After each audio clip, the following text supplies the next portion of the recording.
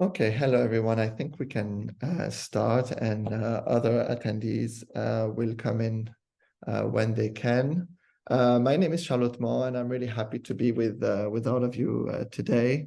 I'd like to start with some short remarks before handing over the floor to Sophia Kagan from the ILO.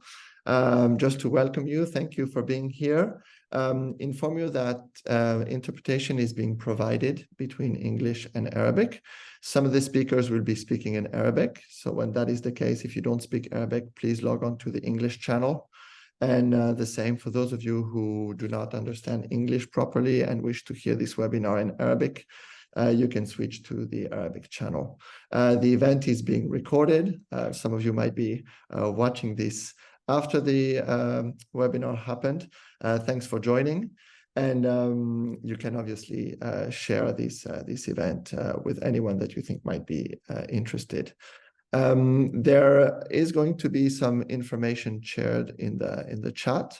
Some of our speakers will be making reference to work that they've done or reports or upcoming conferences on the topic of cross-border journalism. So please keep an eye on the chat so you can find the links and see what we are talking about. I also want to mention that there is a dedicated time at the end of this webinar for question and answer. So if you're curious, have anything you want to share with us or questions for some of our speakers, please keep that for the end of the conversation. Thank you very much. Without any further ado, I'd like to hand over the floor to Sophia Kagan. Sophia, I think you're joining us from Beirut, and please introduce this conversation. Thank you so much, Charles, and good morning, good afternoon, good evening to all of you who are joining from so many parts of the world. I'm really thrilled to be with you today to be focusing on this very critical but sometimes overlooked aspect of labour migration reporting. So that is on cross-border collaborative journalism. And I want to start by talking about what I see as some of the tangible benefits of such a collaboration, although many of you will have lived experience of this. For journalists, cross-border partnerships offer a unique lens into the lives, the struggles, the triumphs of migrants from a multifaceted viewpoint. So, for instance, a journalist working in a country of destination can collaborate with a counterpart in a country of origin, and thus the resulting story is much richer. It reveals not just the where and how of migration, but also the why. And also, such cross-border collaboration can offer sort of greater dissemination of stories on both sides of the corridor in diverse languages and media outlets. But educators too can benefit because this approach allows them to present labour migration not just as an isolated issue, but one that's interconnected with global politics, economics, social justice, and that really enriches the curricula and offers students a more nuanced education. And students, in turn, can step into their future roles, be it as journalists or policymakers or scholars, with a much more comprehensive and nuanced understanding of the complexities of labour migration.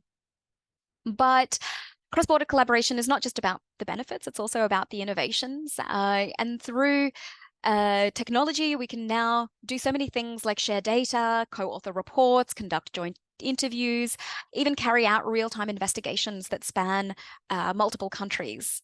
And I think this collaborative model really empowers us to tackle deep-rooted and deeply sort of contextual and complex issues like human trafficking, exploitation, social integration, with the level of depth and nuance that a single country report might lack. So what do we as ILO hope to achieve or to sort of support with this kind of synergy? Our goal is, like many of you, to shift the narrative from one that focuses or hinges on stereotypes and generalizations to one that is evidence-based, empathetic, and balanced. And we strive to create a new generation of journalists and educators, that can critically assess, that can constructively engage, and can more effectively disseminate the complexities of labour migration. So the role of the ILO on this transformative journey, shall we say, it's multifold. We can act as a facilitator, bringing together key stakeholders from across borders to share ideas and resources and good practices. And that's evidenced, for example, from the Uganda Jordan cross-border fellowship that you'll hear about more later in the webinar.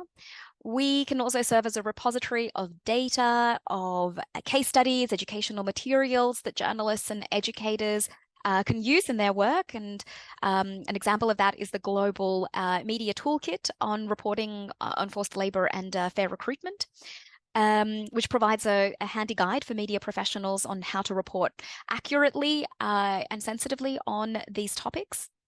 And finally, we hope to sponsor and to support initiatives that encourage cross-border dialogue, from training workshops to conferences, fellowships, and even awards that motivate and inspire new forms of cross-border collaborative journalism. Again, you'll hear more about that towards the end of the webinar. So in conclusion, it will not surprise anyone in this room to hear that the world of labor migration is fraught with challenges, with complexities, but it's through our collective efforts, including at this cross-border level, that we can tell stories as they deserve to be told. And we, as the ILO, are really committed to play our part in this endeavor. We really look forward to the kinds of innovations and transformations that are discussed in today's webinar, but also that you will go on to discuss in future events. And we hope that you enjoy this, this very enriching webinar. Back to you, Charles. Thank you very much, Sophia. So labor migration is about mobility. Obviously, for those of you who are not always familiar with what labor migration is about, it's looking at the experience of migrant workers, people who move mainly for the purpose of work. And obviously, when we talk about mobility, we have to move. So today we're going to be moving quite a lot around to be able to understand how journalists or educators, journalism educators, students are engaging on these issues. We're going to start off with the first stop in Nepal and Portugal somewhat, listening to two journalists who've joined us, Brikuti Rai, who is based in Kathmandu, and Fabian Federl, who I think normally is based in Europe, but is joining us today from Brazil. We'll listen to them just to get a sense exactly of how journalists are using cross-border collaboration to report on labor migration. After that, we'll be discussing with some civil society organizations, Journalism Fund, the Amman-based Arij organization, to listen to how experts in the field of investigative journalism are looking at this kind of not necessarily new, but growing object of cross-border collaboration. And as Sophia said, we'll listen after that to a concrete experiment that was carried out between the Uganda and Jordan corridor, as we call this labor migration flow from two countries. We'll have some question and answers, and we'll conclude listening to one of our colleagues from the ILO who will tell us a bit about a competition that is just starting right now, a labor migration reporting competition, which often gives out prizes to journalists who report using cross-border collaboration. So it might be interesting to listen to that as well. Brikuti, I'd like to start off with you. I think Maya is sharing with all of us some background about you and about Fabian. Basically, you've been working with Fabian on some reporting specifically on labor migration. Can you tell us a bit what that story is about? Yeah, first of all, I would just like to thank Charles and ILO for inviting me to this much needed, important discussion about talking about different ways we report on labor migration across these corridors. So for me, the experience, I think it was the first time that I was working on something like this, where I've been reporting on migration for quite a while, but like Sophia mentioned, when you just report from one country, like the way I was talking about, it was mostly about how they're going. We didn't really have a sense of what life really was like for people when they reach the countries where they're trying to go. I think also because of, it is sort of like interconnected also our own stories. Let's say when journalists from countries like Nepal in Asia or Africa try to report on the countries that their fellow country people go to, in Europe, I think we also go through some of the similar issues of like, how do you even go there? There's an additional challenge of figuring out that itself, which for us, it's been part of our own story also as we try to do that. But I think it was a really enriching experience for me and Fabian to be able to work on this together and get insights about things that is not possible usually when we are just based in one country and relying on sources and the realities of only one country. I think there was a lot more that we were able to uncover when we actually, both of us, Fabian, who's able to speak Portuguese, and me, as a Nepali, I'm able to talk to the people there. So I think it was like a really good synergies that came together, and we were able to uncover a lot than what we had initially expected, because we were only just scratching the surface when we initially decided to work on this project. But when we got there, I think there was a lot more that needed to be reported on, which we had never really thought about. And I can go more in that detail if Charles has more questions about it. Yes, and just to give a little bit more context, I think Maya has just shared the article in English that you produced, which looks at this growing phenomenon of labor migration from Nepalese going into Portugal, something that maybe a lot of Europeans here in the audience are not necessarily familiar with. We're talking of migration flows at least in the thousands. So, a phenomenon that can be completely overlooked. Fabian, maybe I'd like to ask you from your side of the reporting, what were the benefits of working with a journalist like Brikuti for such an investigation? Hi. First of all, I want to say the article first of all, I want to thank you that I'm. We can't see you, Fabian. I don't know if you want to turn on the camera. Oh, otherwise, we can hear you fine. My Here you are. connection. Hi. I told you my connection is a bit bad. I'm in Brazil. The article that you posted is the one that Brikuti did. We did a German one, and if anyone's interested, in November there will be a documentary in the BBC audio about exactly that topic from me and Brikuti. As you said, like, I'm half French, half German, and when I work in Portugal, I always had this problem to really get into like, I've been working on this story since 2018, but every time I spoke to the Nepalese and Indian labor migrants who were there, some of them work in normal, regular working conditions, and others are almost in a kind of debt bondage.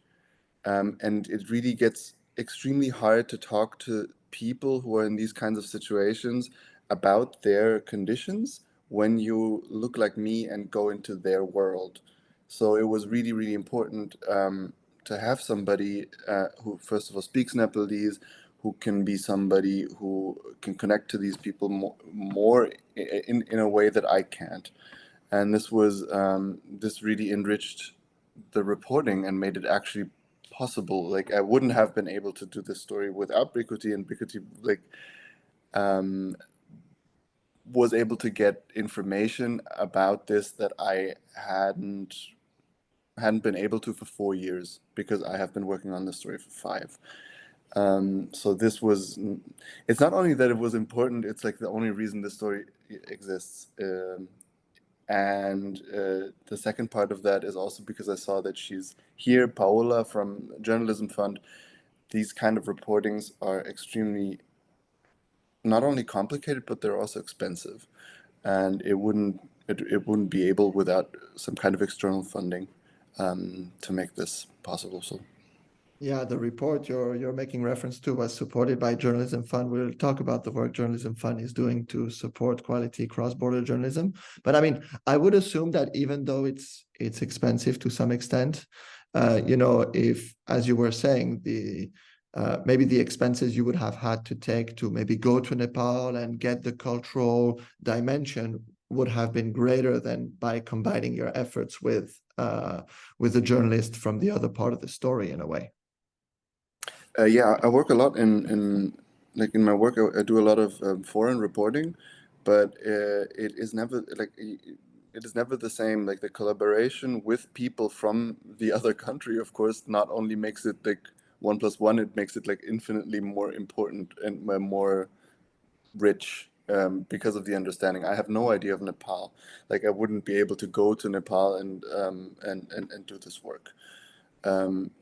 What I brought to the table is I know Portugal, I know the language, and I have connections to the media outlets. Like that was my, and I can talk to the government and these things, but I can do that. But talking to the actual migrants there, this wouldn't have been possible in that deep way that we did it, without Bikuti. And that's important. Yeah. Yeah, that's great. And I mean, labor migration often involves this kind of long distance traveling. Nepal and Portugal are very far away geographically, but also to some extent culturally. So it's great that you were able to combine your efforts. Maybe Brikuti, Fabian talked about the benefits. Also in terms of dissemination, I think Maya has shared the German version of the article. So it came out in English in a Nepal-based media outlet. It came out in German. As Fabian was saying, it's going to come out in another shape with the BBC as well. So it's going to get maybe much broader exposure than if it was just one of you reporting this story. But maybe you can address also kind of what were some of the challenges that you faced, or what would be the advice that you would give to people interested in reporting across border like this in a collaborative way? Like I mentioned earlier, for me, it was the first time that I'd undertaking something like this. Not just working with reporter from another country, but actually going to a country where a lot of people from my own country were going. So I think I also sort of, the initial challenge of anyone from countries like Nepal trying to go to Europe in itself was a big challenge, which is our mobility as a journalist, because we are foremost, in the international borders, they look at us like any other people from Asia or Africa, right? So to me, overcoming that is one of the biggest hurdle, I think, in terms of mobility, to be able to report on the story as our, as migration routes become more international, and people from countries like Nepal try to explore different countries. I think it becomes even more challenging for journalists from countries like Nepal to be able to trace their stories, because with us it also comes the challenge of having to navigate the international borders and going through the same immigration process like many of them might. So that was the initial challenge, and also having to sort of plan and sort of execute this pretty, we had the resources, thankfully, but it was still another level of having to figure out a lot of things, which Fabian was really helpful in doing that. And I think another one was also, I feel like, how do we make sure that the stories goes beyond, let's say, just one or two outlets, or the challenges of maybe working with a foreign editor, somebody at not that to working in a different language. So we were working on so it was so funny, we were working on the draft in English, which was to be published in German, but I was getting the edits in English. So it was just like the smaller things of, working with editors in different countries, different realities, having to explain to them what is it that we were bringing in as Fabian and me, coming from two different places, and what was it that we were trying to convey. I think that also takes a while to sort of explain to the editor why this is a story that needs to be told in a media, in an international media like the ones that we were able to publish. I think beyond that, I think there's always the challenge of like with any other story, winning the confidence of the people that we are trying to talk to, because like Fabian mentioned, a lot of them might not be in the most comfortable situation and would not want to talk about these things, especially when they were able to make these journeys through such difficulties financially, and physically and mentally. So I think it is always very important for us to remain aware about these things, and also already think about not just the reporting process in itself, but what happens afterwards. And I think having someone like Fabian, who's a freelancer, has been doing this for a long while, I think it really helped us to figure out the final product and see how we can make the most out of one trip and get the stories in as many different forms as possible to increase the reach. Thank you, Brikuti. I mean, I invite really everyone to have a look at this story, first of all, because it's really interesting. And secondly, also, I mean, the fact maybe that Fabian, you brought it to a German-speaking audience. These issues that you're talking about go much beyond Nepal and Portugal. They're about maybe the future of labor migration in Europe. These issues that we hear a lot about, the demographic shift, path to regularization for migrant workers who arrive in an irregular situation. So it's really, really an interesting story, and one that's worth looking at. Thanks a lot to both of you for this kind of introduction to the topic. I want to move on and maybe bring Paola and Farah to the conversation. Paola Condematia, maybe we can start off with you. You're joining us from Sweden today, even though usually you're based in Brussels. Paola works for an organization called Journalism Fund. Brikuti referred to Journalism Fund, and Fabian as well, as an organization that helped them actually carry out this investigation. A lot of what Journalism Fund does is open grant projects to support quality journalism, cross-border journalism on many different issues. And one of them is labor migration, especially from Asia to Europe.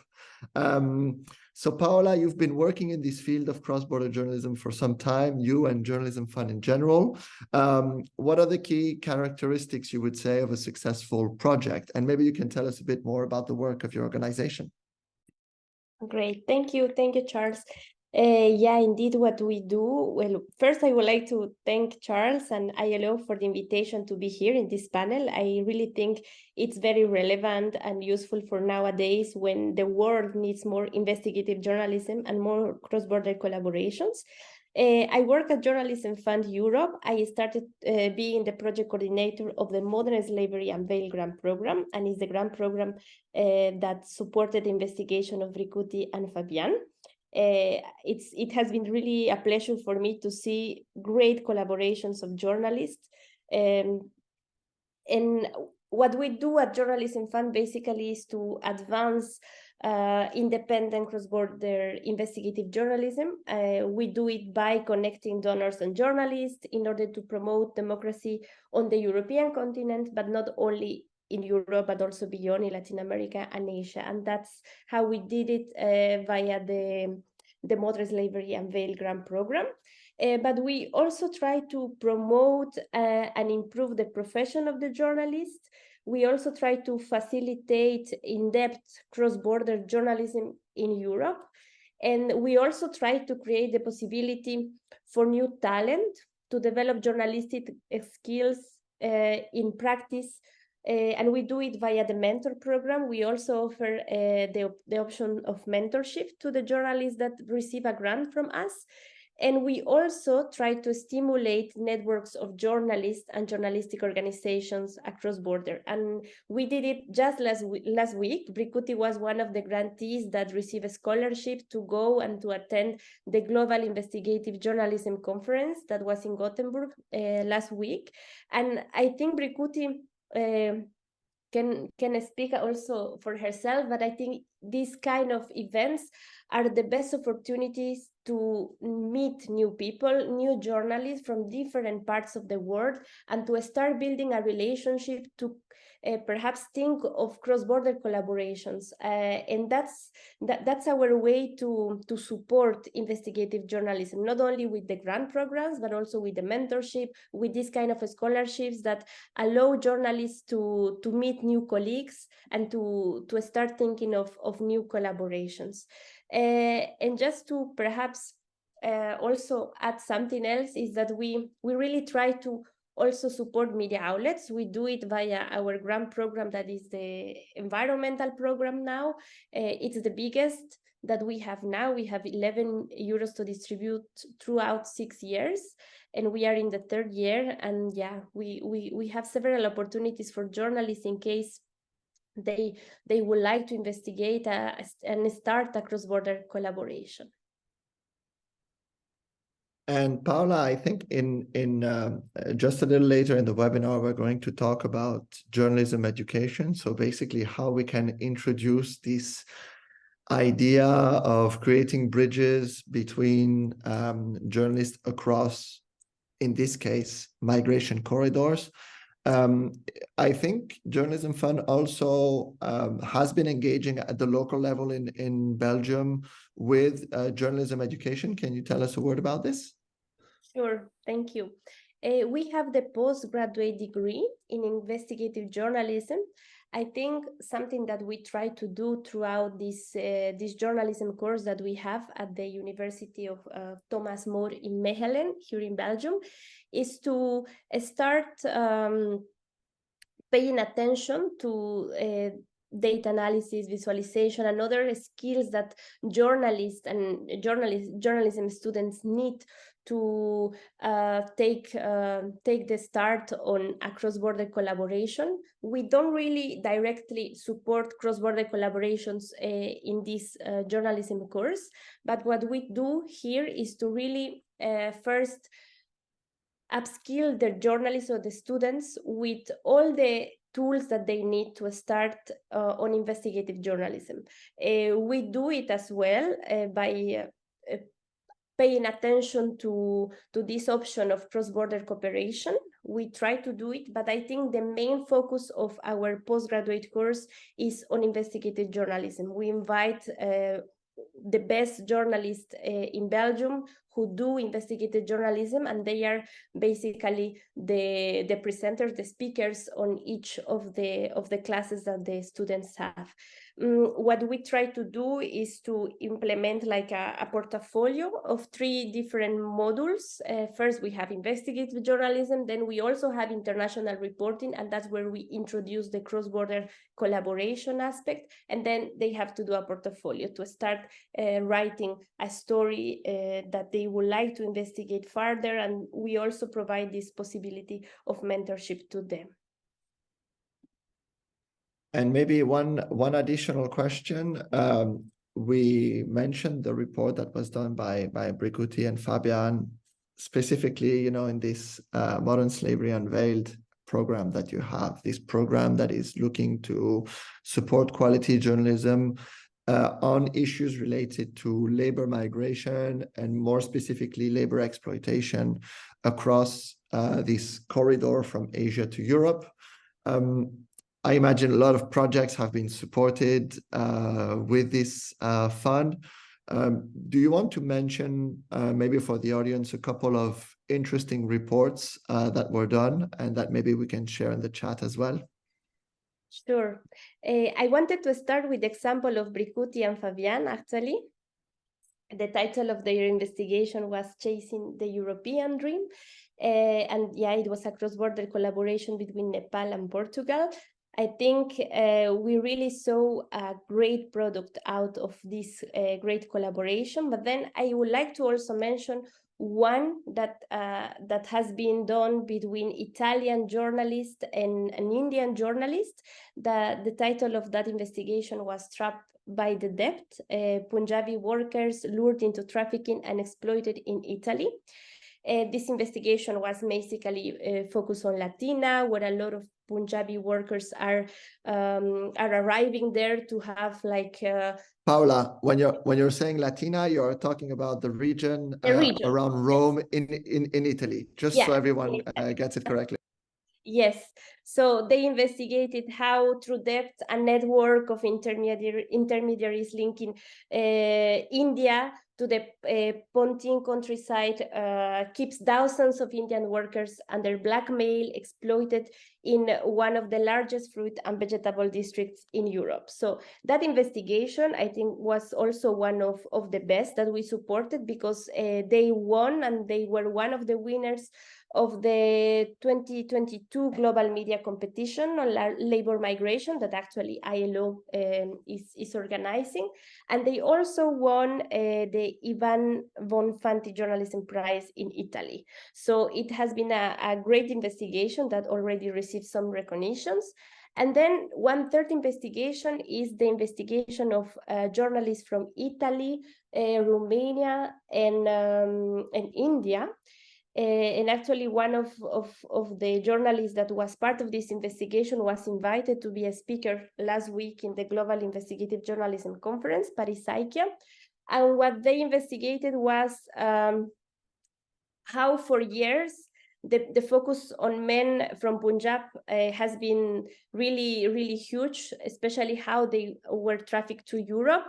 But the investigation that they did was focused on Punjabi women. So I think that was another approach and a new approach that also the jury really liked, and how they were increasingly being trafficked by travel agents from India.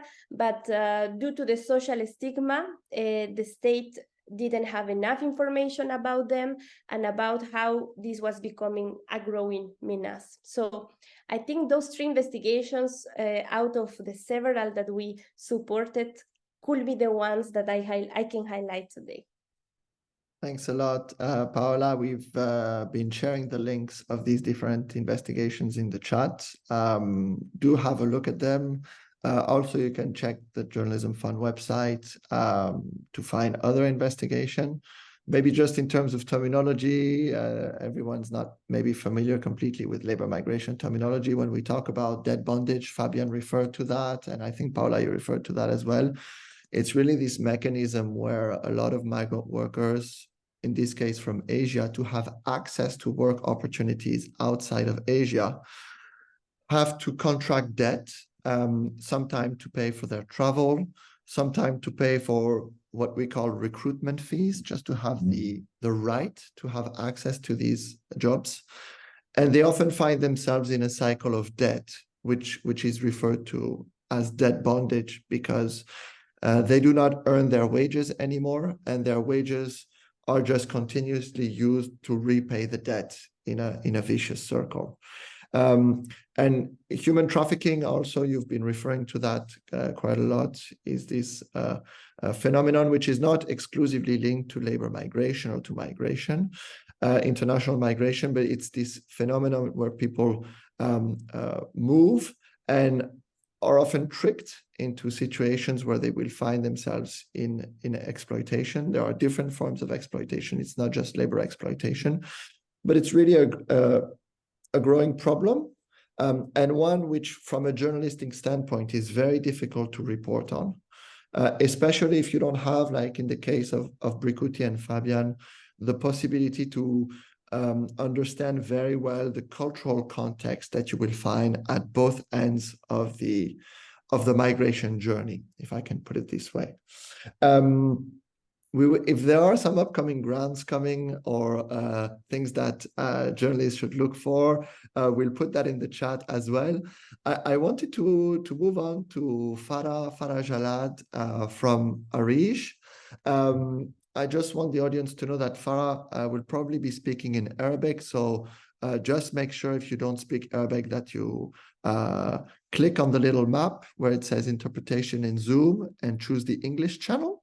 Farah, you work for an organization that is based in Jordan, which is called Arish, which is a regional organization looking at investigative journalism in the Arab world. And I've come across the fact that your annual conference, which a lot of the audience might be familiar with, the Arish conference, which is held every year in December, this year is precisely on the topic of cross-border journalism. Can you tell us why you're focusing on this topic of cross-border journalism this year? مرحبا. Hello. First of all, I would like to welcome everyone. I'm Farah Shija from Arish. As Mr. Charles has introduced me, and as Charles has mentioned, we at Arish, we focus on investigation journalism in the Arab region, and this year we will be holding the annual conference, and it will focus on this topic, the coordination in a divided world. We chose this title because we live in a world where problems have increased, and as you said before, we have a lot of mobility is on the rise. There's also a lot of visas required, procedures, and a lot of things that hinder human rights and are an obstacle for human rights, and this of course hinder human justice and fairness, as well as accountability and democracy. We live in this world, and we're trying through investigative journalism to overcome those challenges and those divisions. And Charles, as you know, we've seen in the past years through our work in Arij that journalists used to work alone before we see one journalist who is doing all of the investigative work, and he bears the whole burden. But later on, we noticed new behaviors. So we see different journalists working on one project. It is not necessary to have one journalist. It can be an investigator, a data analyst, so anyone from this domain that works on those investigations. So we noticed that those investigations are really influential. And today we noticed that one investigative journalist can do great work, excellent work, but his ability to influence, to impact, to have an impact will be decreased. Also, his ability to access different platforms, to access different outlets around the world is very limited. So sometimes this coordination between journalists in different countries or different areas would give the journalist, first of all, greater support, greater capabilities, and can reach a broader sector. So, of course, by that we guarantee greater influence and greater outreach. That's why we called our conference this month cross-border journalism in a divided world. So how can everyone work together in order to have a greater impact and greater influence, and by that their work will be able to make a change. We don't want to make an investigation only, but we want to disseminate it, and we want to know what will happen after this dissemination. After posting the investigation, there are other steps to follow. So we want those investigations to have a greater impact, and that's why we want this kind of collaboration between journalists. Thank you. Thank you very much, Farah. And maybe, I mean, a lot of us will be looking very closely at this year's conference. It looks like a very interesting topic. Can you share with us a little bit, maybe the global picture in terms of cross-border journalism in the MENA region? Are there a lot of projects happening? Is it how would you describe currently the situation? Is it mainly projects that would involve journalists from the region with journalists from outside the region, or is there also a lot of cooperation within the region? How would you describe it? Yes, okay. Well, Charles, okay, سأتحدث بالعربية أيضا من جديد. هو يعني of course So, مناحي عديدة. this program we have is multi-sector. There are journalists who can work from the same region, I mean the Arab region, for instance. قد يعمل صحفي من الأردن A, وصحفي من فلسطين أو صحفي من سوريا. journalists from Syria or from Palestine can work with a journalist from Jordan. So here there are borders between the countries, but they are all in the same region. And we're talking about collaboration between journalists in two countries, but both are in the Arab region. We have journalists who work within the Arab region on one investigation, same investigation, or there might be collaboration with the foreign world, such as the papers prepared and different investigations. There is always a collaboration between journalists from the Arab region and from outside the Arab region. So it can be both. How does that facilitate the work? Sometimes in the Arab world, we cannot have access to data or information, but maybe journalists in the West have access to this data, or the opposite. A journalist in the West might have a story. So the journalist might have a story, but cannot have access to the sources, cannot have access to the cases. So collaboration with the journalists in the Arab region might help. So this is how this journalist or these journalists can coordinate among each other. So this is mutual work, collaborative work that reaches to a better solution.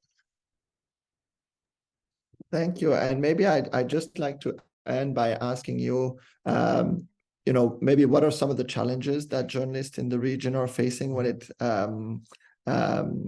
it comes to reporting in a cross-border fashion. We've just heard about Paula and the fact that, for example, in Europe or in Asia, journalists can have access to grants. And I think both Fabian and Brikuti did mention that even if you can maybe find some ways to do reporting in a more economic way through cross-border, because you maybe don't have to travel as much as if you were by yourself. It's still an expensive form of journalism. Can journalists in the Arab world find access to organizations that will fund this type of cross-border work? What would you say are some of the challenges or difficulties that they face, and that maybe we could help address through this conversation? اوكي الصحفيين لدينا يعني خاصة الصحفيين Journalists in the Arab صعب region, جدا بالنسبة لهم of course, it is very hard to them to get access to funds, to financing, and other tools. But we at Arij, for instance, provide those tools. We try to facilitate the work of journalists. So, a journalist, we are a nonprofit organization, of course. And we also need donors, but we facilitate this coordination between journalists and the donor, and thus we help them connect.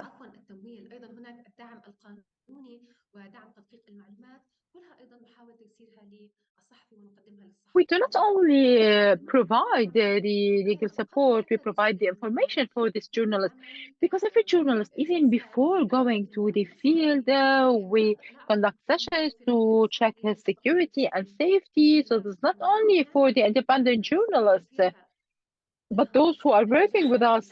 Also, we provide sessions on promoting their safety, to know the risk and threats that they might face in the field, to check his safety. Even we organize workshops on digital safety. So we provide all of these issues together, and we try as much as possible to provide the logistical support. In addition to that, and through the mechanism, we provide the services and we provide it to the journalists, because as we have said, there are many obstacles, the financial obstacles.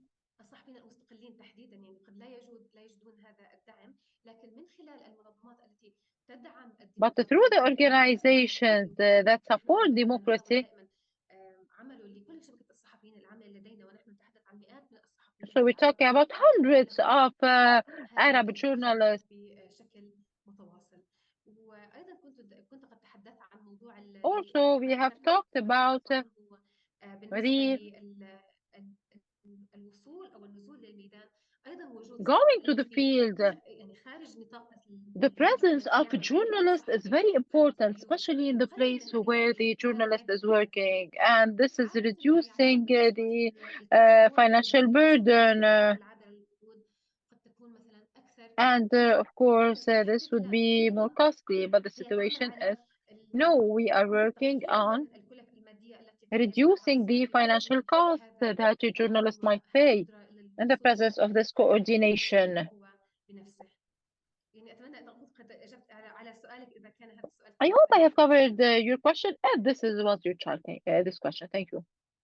Thank you very much, Farah. Yeah, very, very interesting. And I mean, I really invite anyone who is interested in these issues, and more specifically at the conversation in the broader Arab world around cross-border journalism, to have a look at this year's conference, Cross-Border Journalism in a Fragmented World. Farah, you wanted to add something?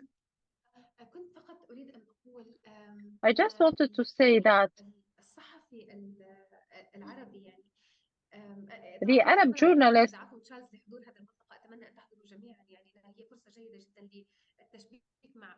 It's a very good opportunity for networking with the journalists. But we do not work only with journalists, we work with the researchers, with the data collectors. It's very good opportunity to reach the experiences in this regard.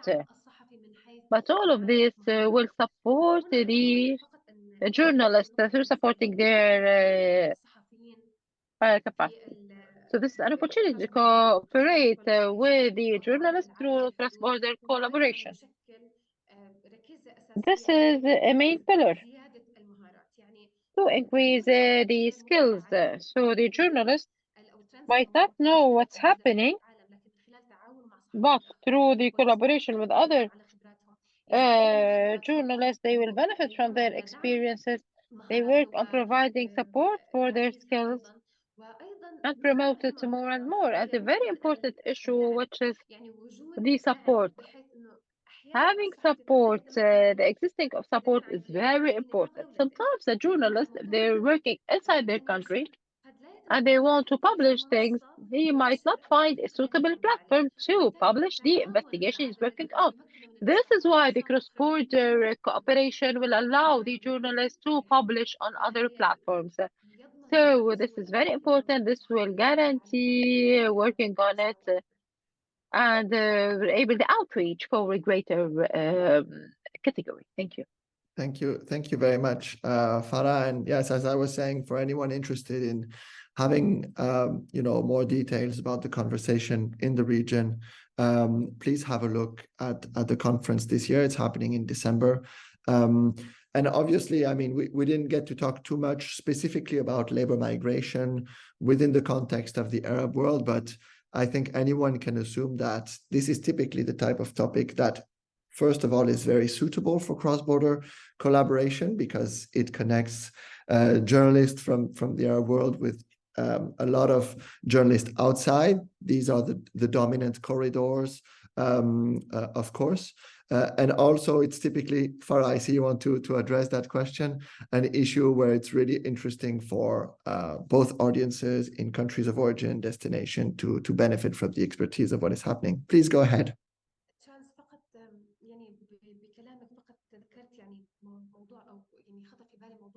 Based on what you have said, something very important crossed my mind.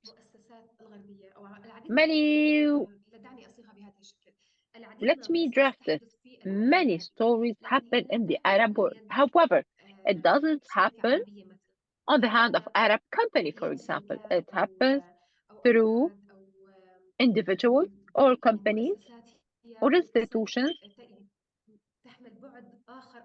that have other dimension, maybe regional or international dimension. This is why I believe it's very important to promote this cooperation between the journalists. And there are many things and stories that we didn't shed the light on yet, or it was shed the light in a limited way. It happens in our world, and this is why when journalists want to cover it, for example, from the West, they do not cover it in the best way possible because they do not know the context of the story happened.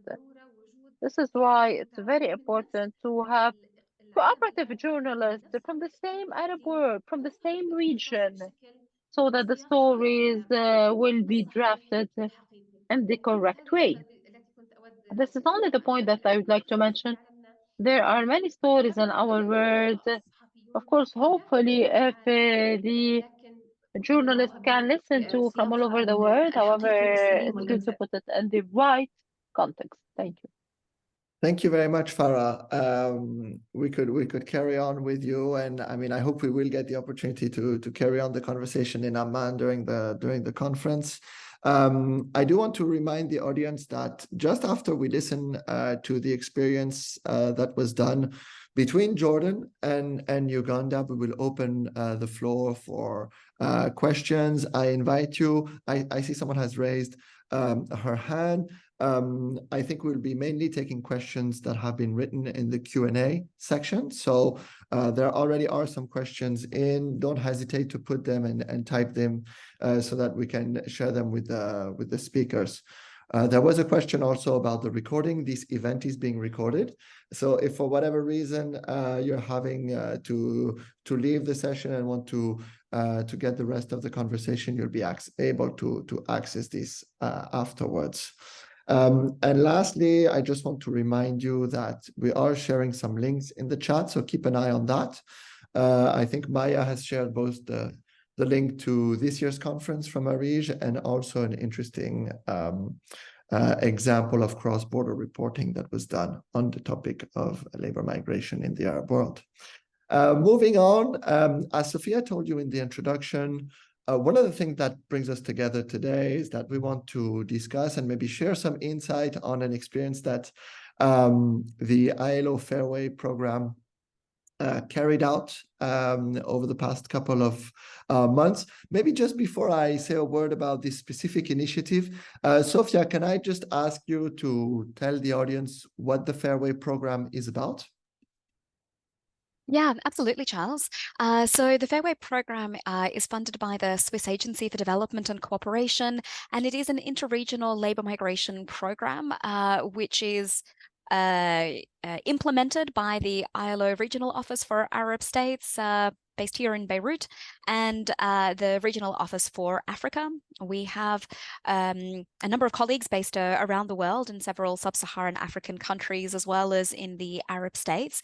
And we focus specifically on this corridor dimension of looking at labor migration governance in the context of African workers. And here we're particularly looking at East African workers from Kenya, Uganda, Horn of Africa, Ethiopian workers, and Nigerian workers. And part of our work is really, of course, to strengthen our constituents and the media professionals and that we work with, but also to try to bring them together in some kind of a sectoral, cross-border corridor collaboration. So we, had previously done this in the context of trade unions and governments, but this initiative that you'll be discussing in a moment is really the first that we have piloted in the context of journalism students. And I think even for the ILO globally, we've had a lot of initiatives that are largely nationally focused, or perhaps we might organize a regional seminar or training. But this is a unique example of where we are able to work with journalism students on both sides of the corridor to really support them to collaborate on better, more nuanced and richer kind of reporting on this specific corridor dimension. Yeah, and I mean, I have to say it was quite an endeavor because it's not necessarily easy to carry out those programs. First of all, as you may assume, well, labor migration to start with isn't necessarily a topic in a lot of journalism education institutions around the world. So even if in Jordan and in Uganda, let's say, a lot of people actually benefit from labor migration or are exposed to labor migration, it's not very common for journalism students to actually be exposed to this issue when they are studying. So that was our first challenge, and we started off by doing a couple of capacity building and awareness raising activities within the journalism school. So both in Kampala and in Amman, we worked with different journalism schools and brought students together and tried to get them to basically navigate these issues, which aren't necessarily very difficult. We are talking about individuals moving mainly for the purpose of work, but there are some technicalities that if you're not familiar with them, you can get a little bit lost. And so we tried to do that in the first place. And then what we did is that we found a little group of motivated students, just a little under 10 in each country. So we had about 16 or 17 students, half of them in Jordan, half of them in Uganda. And what we did is we brought them together in pairs or in trios and invited them to try to work together and develop stories. I think we'll get to hear from a couple of students that are with us here today. But before that, I wanted to maybe give the floor to John Baptiste Imokola. and Dr. Marian as well from Uganda. Both of you are lecturers in journalism schools in Uganda. Maybe JBI, John Baptiste, we can start off with you. You know, from the perspective of someone who has been teaching journalism in Uganda for several years, what were the benefits of this project for the students you engage with? Thank you, Charles, and morning everybody from Kampala, Uganda. Now, the project was an interesting one in my view. To start with, we had not had such a project where we have our students working jointly with students from another university on a reporting project like this one. And so it was the first time we're doing this in this regard. And first of all, we benefited by getting different perspectives of the story, because many of the stories we've had in Uganda are negative stories, especially when you're talking about Ugandan migrant workers in the Arabic world, in the Arabian world. So just to be able to see how things are looked at from the other side, and then these students working together with people from a different perspective, and they're able to come together, share ideas, deal with these opinions that they have, their own biases, and manage to deliver the stories. It was really a positive development in my view. But also, of course, it was a challenge a little bit, because we do not have a specialized training on issues of migration. So when you look at our curriculum, we have a general news reporting course in second year, 2 courses. And then in third year, we have a public affairs reporting and a specialized journalism workshop. So the issue of labor and migration is dealt with as a topic, maybe 2 hours is enough for that to be discussed. And so that is not enough time for most of these issues to come out. But when we had the initial capacity building training, when we met with the students, Charles, the workshop that you joined in, you saw how there were different perspectives, different issues, different topics, different ideas, and this project was able to help us bring this out. John Baptiste, I thought when you were referring to challenges, you were going to talk about languages also. I mean, there's kind of an elephant in the room. In Uganda, students study in English. In Jordan, students study journalism in Arabic. That was quite of a challenge. Oh, yes, it was. But it was also interesting how the students dealt with it. And that's a good thing with teaching. When you're dealing with young people, they are always creative and they are looking for solutions. So they used Google Translate, and they were actually able to discuss and agree on which angles to take and share information. I also tried a bit of it. It was a bit of fun, but probably because of my age, I was struggling at the beginning. But yes, it was something that we enjoyed at the end of the day.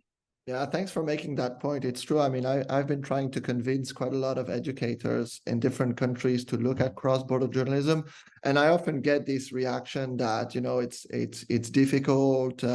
There's a lot of challenges, and I mean, language can be one, and it kind of limits the opportunities of where you can engage with.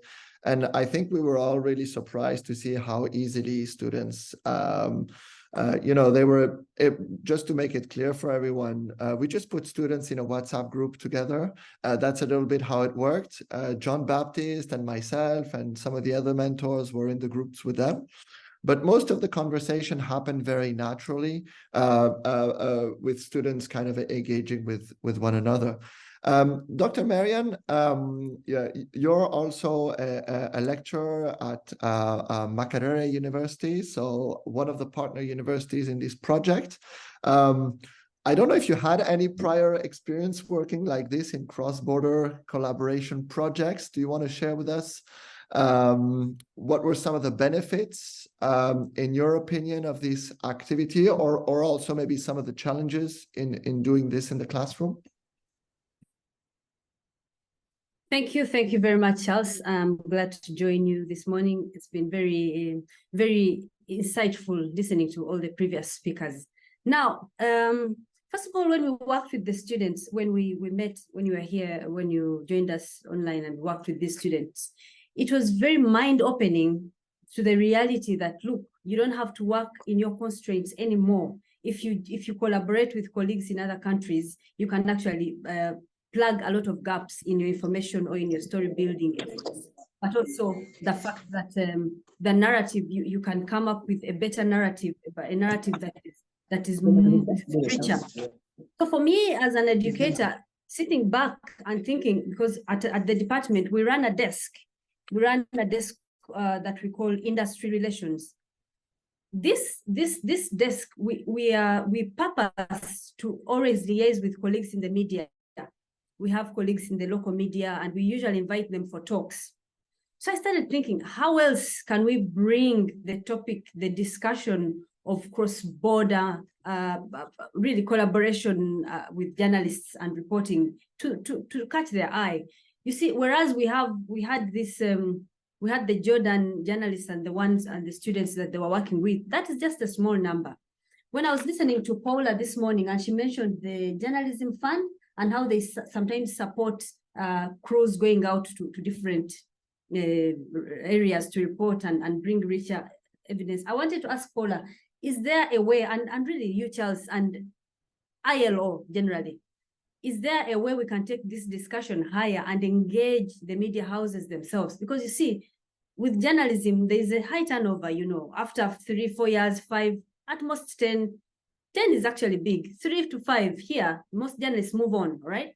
So you need to have a continuous conversation, a deliberate move to say, okay, for our journalists, when it comes to reporting migration, as a media house, we're going to have this as our in-house policy. We're going to work with maybe colleagues at ILO, or we are going to be purposeful in working with media houses in Kenya, in Australia, in name it, so that we have constant well-built stories around issues of migration across Africa and Europe and all over. So that is something I would like us to just, at least it is something that tickled me after the workshop and after this collaboration of Jordan, Uganda. What next? Tomorrow, if you send out a journalist from the New Vision or from the Daily Monitor, which are our leading dailies here, they don't have this perspective. They don't. So we are seated here, we are discussing it, and we are convinced. But how about the people who are reporting the labor stories that are going to appear in the press tomorrow? How do we engage them? So, Charles, for me, this is where I want us as educators to be very deliberate, but also as ILO, as people, as a journalism fund, and all these other collaborators, let us be deliberate and engage the media houses to incorporate the need for collaborative journalism in their in-house policy. I'm sure they'll find willing contacts across the media houses all over the world. Over to you, Charles. Thank you for mentioning this, Dr. Marian, because it's true that one of the challenges we did face, in a second, we're going to share with you in the link what we call the anthology. So the anthology is kind of the end result. I see it's in the chat right now. You can have a look at it. Basically, it's a compendium of all of the different stories that were produced by the students. And I think we have a couple of examples, maybe 2 or 3 stories that actually were published by media outlets, either in Jordan or in Uganda. But we did face some challenges in being able to convince media outlets to disseminate these stories. I mean, bearing in mind that this was a journalism education project, the idea was not to produce reports for the general public necessarily, but to give a good experience to the students. But maybe just to address your comment, Marian, I think that just this very conversation we're having today, the fact that so easily we can bring someone from Nepal, someone who is in Brazil, in Sweden, yourself in Uganda, into the same conversation. I think we wish to encourage media outlets in Uganda, like the ones you mentioned, to look at the kind of opportunities that this offers. And as you're saying, if tomorrow Kampala-based news outlets should be reporting global stories by connecting with journalists who are elsewhere, the way we hope to contribute to that is by making sure that students like Lule and Safa, who are here with us today, benefit from this kind of training from the very moment of their journalism education, that they have the experience to engage with students elsewhere. Lule, I see you've arrived. Lule is a Ugandan journalism student who participated very proactively in this project. I hope your microphone works well. I'd like to ask you maybe just to share with us a little bit this experience from a student's perspective. How was it working on labor migration, working with a student who was based in Jordan? So Lula, you can put your mic on and share with us this experience if you can.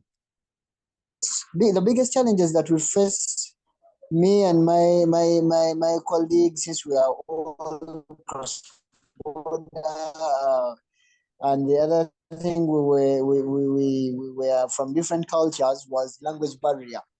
The fact that he was from an Arabic country and I was a Ugandan, we were speaking English. We had to use Google Translate a lot, and sometimes you will mention something down and you had to translate as well. So that was really a big challenge for us. But we outmaneuvered it as I wouldn't say as I don't know how to mention it, but we had to go by the means. And the other documents were used to be sent in Arabic, sometimes from their professors. And I was using English, and I totally knew nothing about Arabic. At least for him, he had something. So me, I knew totally nothing. And it was really a big challenge, but we outcame over it. And I believe if given another opportunity, I believe it is going to be an exciting one. Now, our project that we were working on, it was to look at how these orientation programs that domestic workers are receiving from their home countries, they were able to help them to maneuver all the challenges that they were facing as they were reported. They were on their places of work. Now, we came to realize that many of these people, when they are having this kind of orientation programs, they actually don't pay attention. That is one of the biggest challenges. They think they are there to enjoy the good time, and eventually, since they are going out of the country, they are having a privilege. Actually, they are not there to learn. They are having a privilege of going out of the country. Now, that was the biggest challenge, that people didn't pay attention. They find themselves in situations where something was taught, especially financial management, how discipline, how to talk to your employees, and they actually can't do what? They can't abide by what is actually asked by their employees. And they end up being at loggerheads with them. Some others, should I say, it's like a cold war in the house.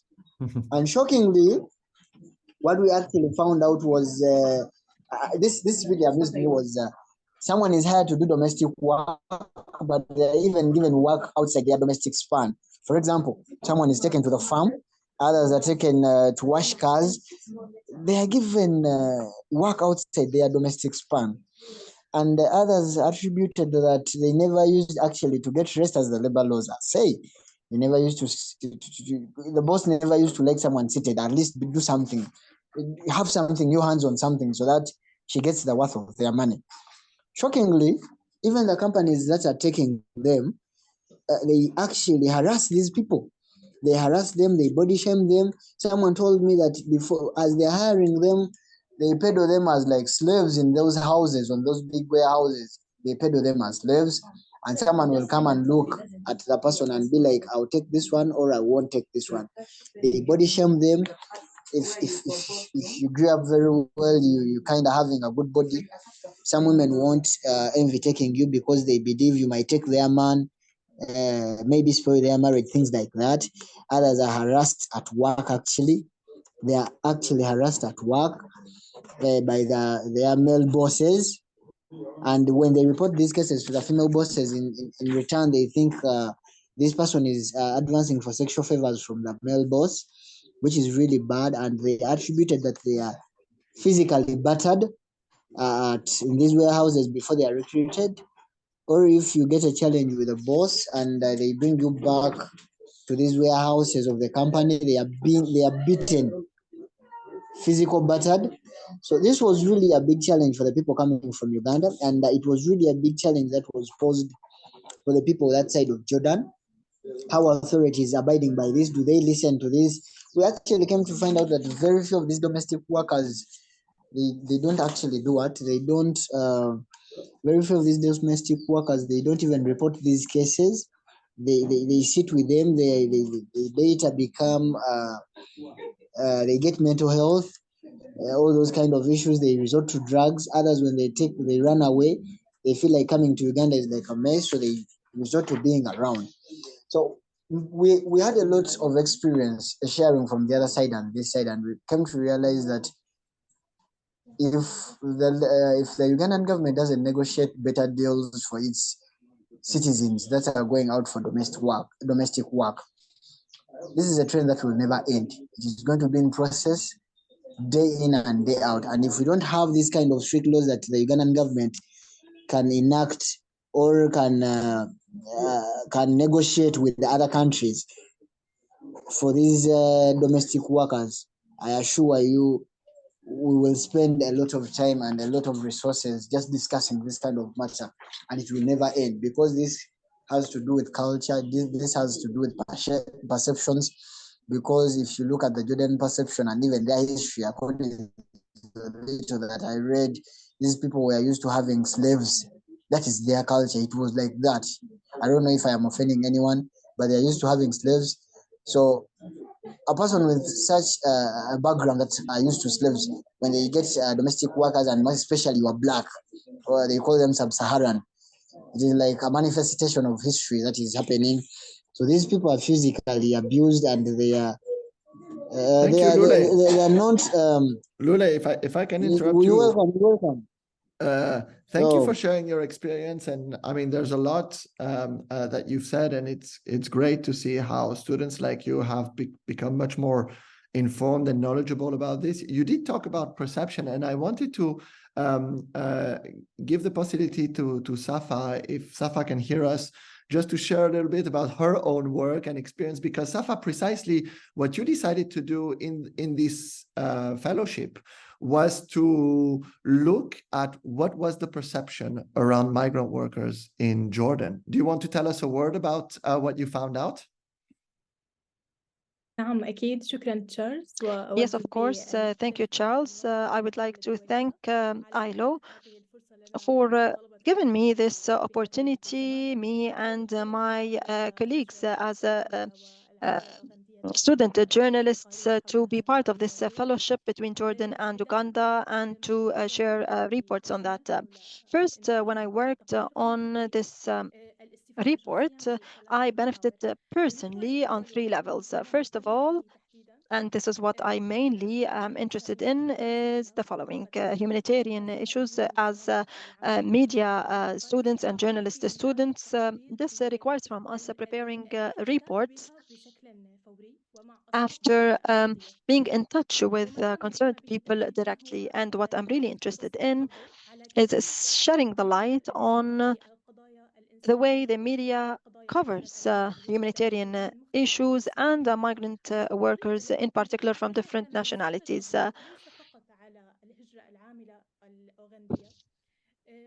So what I did is that I collected information about the way the media covers migrant workers. There is a lot of stereotyping in this regard. The media always focuses on migrants as they are desperate, unproductive, intellectual, and as if always in the countries that they go to, they are a burden on the society. And thus, in this way, there's a lot of discrimination against them because the media does a lot of hate speech against those people, against those people. This is what I have noticed in many media outlets in the Arab region. This was the first survey I did. Second, I had a look or I try to understand how this media covers migrant workers and not only migrants in general. The first survey was about migrants. So I focused on migrant workers, and it was mainly between Uganda and Jordan. So I had a look at the ads in social media about domestic workers, and a lot of false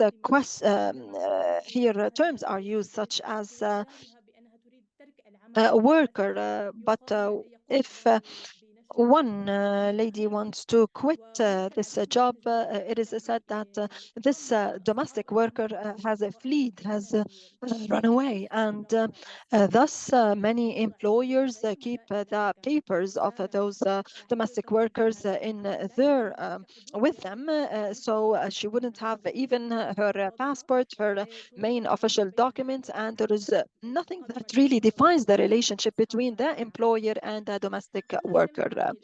We collected those ads that include hate speech on different social media platforms and media outlets. We prepared statistics about those ads.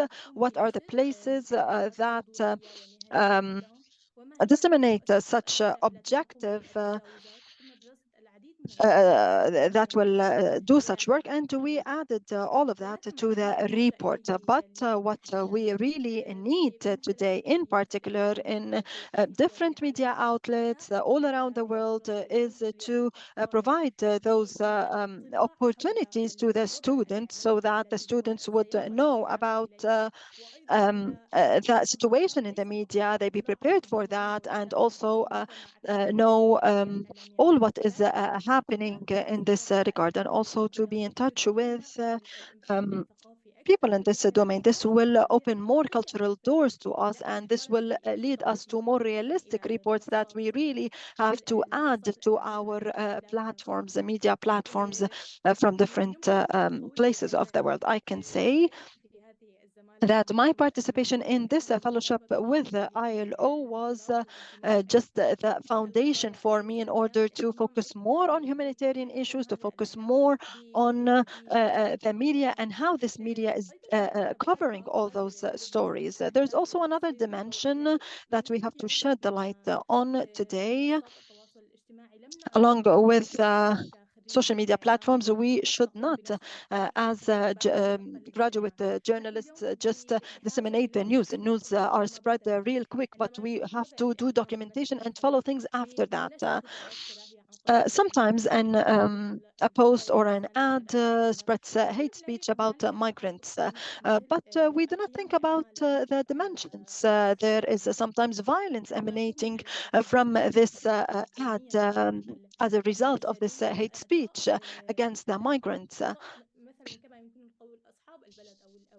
And the host country, people in the host country have this feeling after reading those news in the media that they have the priority, that they have the supremacy over and the domination over the migrants. And we notice that in Arab countries where violence is exerted against domestic workers, and also there is killing happening. Sometimes there's this harassment against people in the camps. So that's why those people have to flee the country sometimes, or have, as they say, to leave the country illegally. And this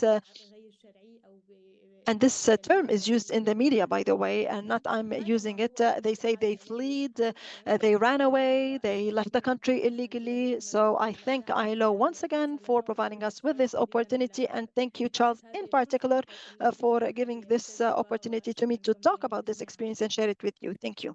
Thank you very much, Safa. I mean, it's really great to listen from you, and I think also to see the progress that you have made on this issue. I mean, I personally think that you have a lot more insights. I remember when we did the first awareness raising activity on this topic, for a lot of students like yourself, this was kind of the first experience looking at labor migration, even though a lot of Jordanian students like you hear about or see labor migration in the society.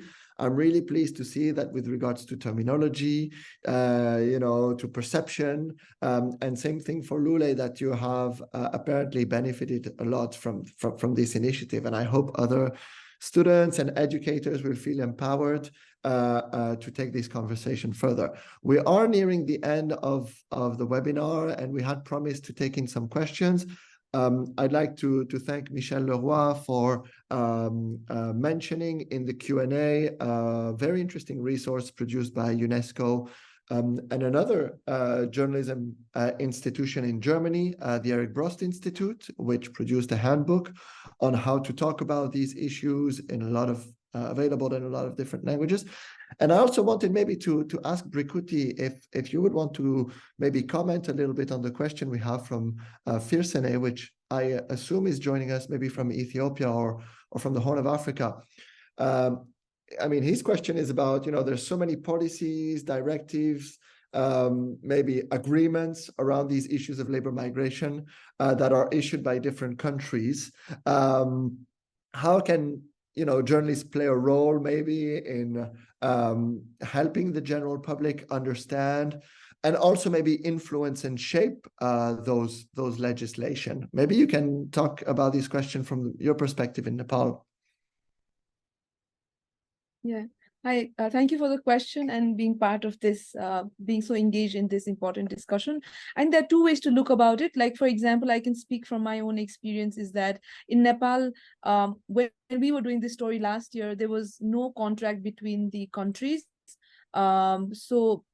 So we just mentioned that in the report, and what happens when there is when the set of challenges that come when there is no such policy to intervene or regulate such corridors. Another thing is as the policies come about, let's say in Nepal also the government recently met with the stakeholders to talk about it.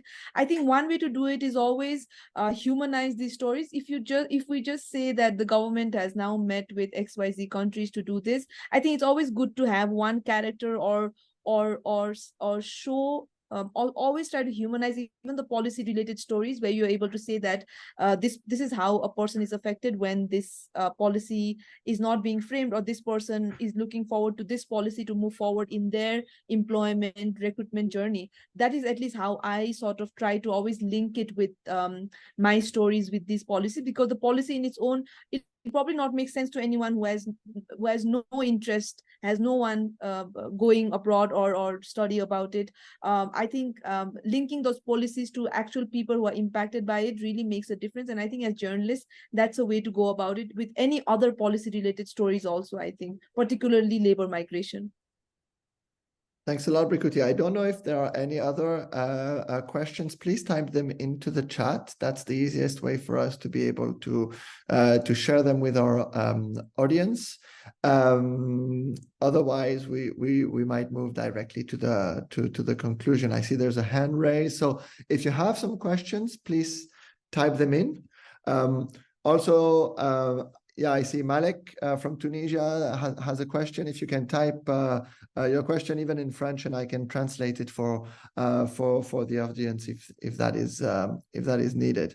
I see Farah, maybe your hand is raised. Did you want to say something? Go ahead, please.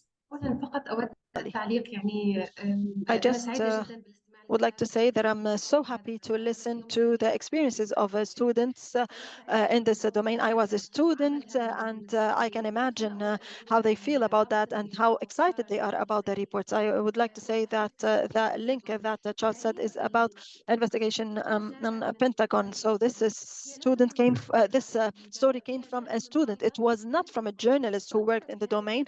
A student thought about this issue, the workers who suffer in the US context. She thought about this story and she started looking for resources. Of course, her many teachers and journalists as well as researchers had her, and this is how she could come up with this research that gained a lot of awards later on. And I can say that I mean, not only awards, but also it attracted a lot of readers, a lot of influencers. So you as a students also can make this change, can make this impact. You just have to have the journalistic tools, skills, and also to be open to collaboration with other journalists. When we work on certain programs in Arij, we notice that the journalists have always have high spirits, and some are very confident that they do not like to work with other journalists, but on the contrary, we encourage them and we tell them that this kind of collaboration is what will lead to a greater impact. Thank you, Farah. Thank you, Farah. Very quickly, I know we're just a little bit over time. We started 5 minutes late. If you don't mind, we'll end with just 5 minutes delay. I see that Ruba Zaidan, who is a lecturer at Middle East University, joined us. I know, Ruba, you had to go to class this morning during the webinar and couldn't make yourself available. I just wanted to give you maybe the possibility to say a word also from your experience as a lecturer in Jordan at Middle East University, how you benefited from this cross-border project. If you can hear us and put your video, it will be a pleasure to see you, Ruba. Good afternoon. كيف حالكم? I'm really sorry for joining late. I'm sure you discussed most of the important issues. وأنا آسفة كتير على التأخير. الصراحة إنه أنا يعني عدا عن إني shall I speak in Arabic or what you prefer in English? Maybe Charles. Shall I continue in Arabic or in English? Yes, in Arabic, please. All right. Okay. So, in addition to the fact that I'm so honored, so proud of what the students have done, since I am an academic and a journalist, I'm so happy with the learning process that students have gained in story making. Of course, as journalist lecturers and teachers and workers in this domain, we believe in this social media world and open source world that any story, if it has a humanitarian dimension, it can be a cross-border story. So this collaboration is very important. This enables the students to understand not how to make up a story from their daily life, but also how to present it in an appealing way, in a way that appeals to the audience in another part of the world. So I'm so happy with this collaboration taking place. We all come up with stories for a humanitarian reason. And I think that teachers have to be aware of that. Also in this globalized world, this is more on the rise. So as a coach in this program, I'm so happy with all those initiatives. I'm so happy with the trainings taking place. I'm happy that many joined, and I'm looking forward to any other opportunities that include such collaborations, because as I said, of course, I am so pleased about the final product, but I was more pleased about the process that led to this product. This is all I have. Also, I don't have much time, but I just wanted to make this quick intervention. Thank you very much, Ruba. And I mean, I think it was important for us to say that, you know, this activity that we've just talked to you about involved a lot of different individuals, so a lot of students, their lecturers, mentors like John Baptiste and myself. And I really want to thank all of you who engaged in it. I'm also very proud of the student anthology that was produced. And I hope, Farah, if you're interested, that we will have the opportunity during the conference in Amman, maybe to show professional journalists that will be coming to this stage, that students and their educators are also innovating on this topic. And I think that's really great. Malek has sent me a question directly. His question was about what are the tools for fact-checking with regards to cross-border journalism and labor migration. Well, that's obviously a big question as well. We did share in the chat the ILO media engagement page, where you find a lot of resources, and when we try to address this, currently, there isn't necessarily any specific tool in terms of fact-checking labor migration. You might want to go to resources like the NormLex platform for everything that has to do with conventions and labor frameworks. You might want to go to the ILO Stat platform for everything that has to do with statistics. But hopefully in future conversations, we can address this better. Just to conclude, I would like to give the floor to Mélanie Belfiore, who is joining us from the ILO in Geneva. Mélanie, you're involved in a lot of projects also within the ILO in terms of media engagement, but one of the very important objects you look after is the global media competition. And over the past couple of years, we've seen several cross-border investigations win the global media competition. And I think you're launching the new edition just today. So Mélanie, please, the floor is yours. Yes, thank you very much for organizing this event and giving me the opportunity to speak and to promote the competition. So as you said, it's true that we had winners who had this type of cross-border collaboration, like last year's winner, Ankita Anand, Daniela Sala, and Marco Valle. I think the link to the winner, you can check out it on the chat box, actually. So this was a very good example of cross-border reporting. And we know that, as it was mentioned by participants, even if it's still challenging to build this kind of collaboration, we know that it produced very good quality reports. So we would be very happy to welcome that type of reporting for the global media competition.